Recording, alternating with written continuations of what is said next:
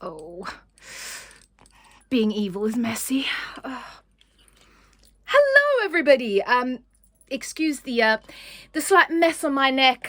Being evil is quite messy. You've got to get your hands dirty and the rest of you dirty every now and again. Thank you so much for joining me, though, in my evil corner of the internet. Today, I'm going to talk about a book that basically, if you can't tell, I have now made my entire personality. It has now become my entire personality, and if a second book doesn't happen in this series, I'm going to lose my mind. It's my new favorite fantasy book. I am obsessed with it. I want to shout it from the rooftops. I haven't heard anybody else really talking about it, so yeah, join me while I gush, and believe me, I'm gonna gush about Long Live Evil! Okay, sorry, that was Long Live Evil by Sarah Rees Brennan. This is my new obsession. Like I said, I've basically made this book my whole personality.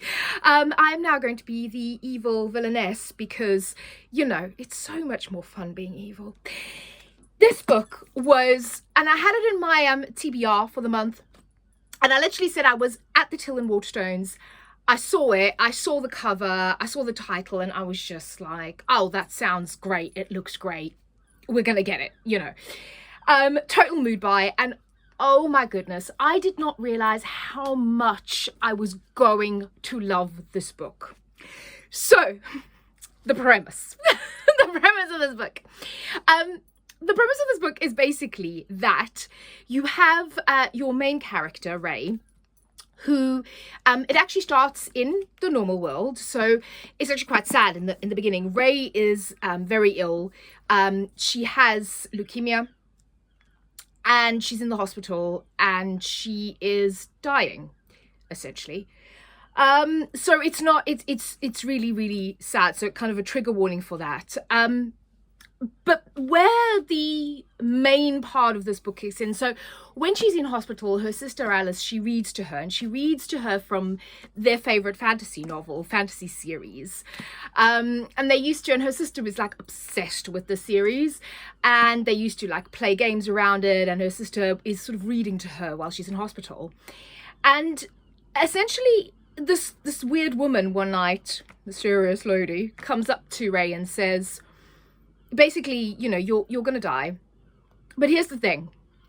I'm gonna give you a chance to basically save your life, which means you are gonna go into the story of the book that they've been reading, of the series they've been reading, and there's this flower that blooms, I think it's once a year or once every few months, in the court of this fantasy series, and if you manage to get this flower, it'll save your life, essentially. So Ray takes the deal, because she wants to live, and she basically wakes up and finds herself in her favorite fantasy novel. So first of all, that's just fabulous in terms of what a great premise to imagine finding yourself in the storyline of your favorite fantasy series. Just picture your favorite fantasy series and then picture yourself waking up in that fantasy series. And basically, so but she also wakes up as essentially the villainess of the story, the bad girl, Rayla. And what I love about Sarah Rees Brennan's writing, and what I've always loved of any one of her books that I've read, is there's so much humor in it. And she takes all of these fantasy book tropes and she kind of pokes fun of it, but not really, like in a very loving fan way. And you can imagine this kind of normal girl from the normal world is dropped into this kind of fantasy like world, and the things she says and the like cultural references she makes, and the characters are like, what? You know, because they're like, what are you talking? Like, one of the characters is always going, I don't understand what they're talking about.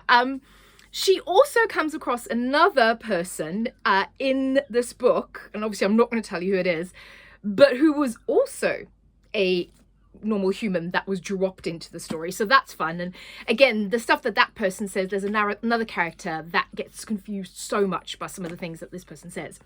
So you've kind of got these, almost like a love letter to your favorite fantasy novel and all these tropes around the heroine and the hero and like what you're meant to be and what the villain is meant to be. And she's like, well, it's going to be so much fun being the villain. It's so much more. We have this nest of vipers, right? So this is where the snake, lots of snake imagery. If you're scared of snakes, lots of snake imagery here.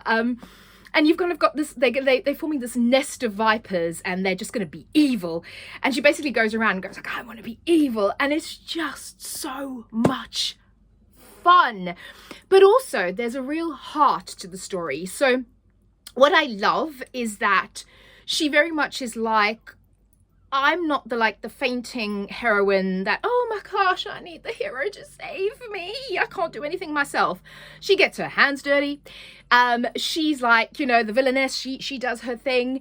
As the story progresses, you have other female characters that kind of come into their own, which I really love. There are two, besides Ray, the main character, my two favorite characters are Cobra, the Golden Cobra, and also Key in this book. And basically she employs this poor peasant boy to be her minion. She calls him her evil minion. It's hilarious, and there's just so many fantastic characters and so much laughter in this. But like I said, there's also this kind of real discussion on, you know, poverty and how, you know, the upper classes, in this case, the people of the palace and the nobility, treat the peasants. This real heart to a lot of these characters. You start to learn their backstories. You know, she's seeing them as characters, but at one point in the story, it's like, well, hang on, these aren't just characters. There's romance, and there's also some queer romance in here. Like I said, I cannot wait. If Sarah Richbrethen does not write a second book, she has to write a second book. To see where some of those romances go. The ending I loved, and I was a little shocked by. I should have seen it coming, but I didn't. I think because I was enjoying the ride so much. So the ending, I was like, what? But like I should have said, but anyway, I love that. I love that kind of discussion on the nature of good and evil. There's loads of, you can see I've tabbed loads of pieces, and then there's even discussion around, because you've got Ray, who's kind of seen as like the Scarlet Woman. She's the harlot in the court. And then you've got her stepsister Leia, who's, you know, the romantic lead and fainting a lot, and, you know, everybody has to save her. That kind of, there's a very short discussion around, well, I mean, it's implied, but there is a piece where they talk about sort of the harlot versus the virgin type of scenario. You know, they never know what they want. Just fantastic. I love everything about this book. And like I said, I think it's a love letter to fantasy, you know, fantasy fans and fantasy novels, but then a fantasy novel within that. The storyline is fantastic. The characters are complex. I was there with each one of them. I felt it. It made me almost cry towards the end, actually. I just loved it. And just this whole idea of, you know, long live evil, being bad is fun. Why do you always have to be the romantic lead? Why can't you be the villainess and still, you know, still have a rollicking great time? It is just fab. I mean, like, suffice it to say, this is like a 5, 6, 7, 10 star. I mean, it's a 5-star book. It's a 5-star book. I'm sure you can find faults. I'm sure someone will find a lot of faults with it, but I loved it. And the cover is absolutely gorgeous. This is just everything for me. My favorite new fantasy book. It's put me, and I was in a real fantasy reading slump, I'm going to be honest. This has put me way back in my fantasy. I have a whole stack. I'm going to be doing a whole fantasy reading weekend. But I just loved it. Absolutely loved it. So, Long Live Evil, Sarah Richbrethen. I think it's not getting the love it should. If that sounds even remotely like something you'll like, pick it up, because I don't think you'll regret it. So yeah, 5, 6, 10 out of 5 stars. My new favorite fantasy book, Long Live Evil. Bye.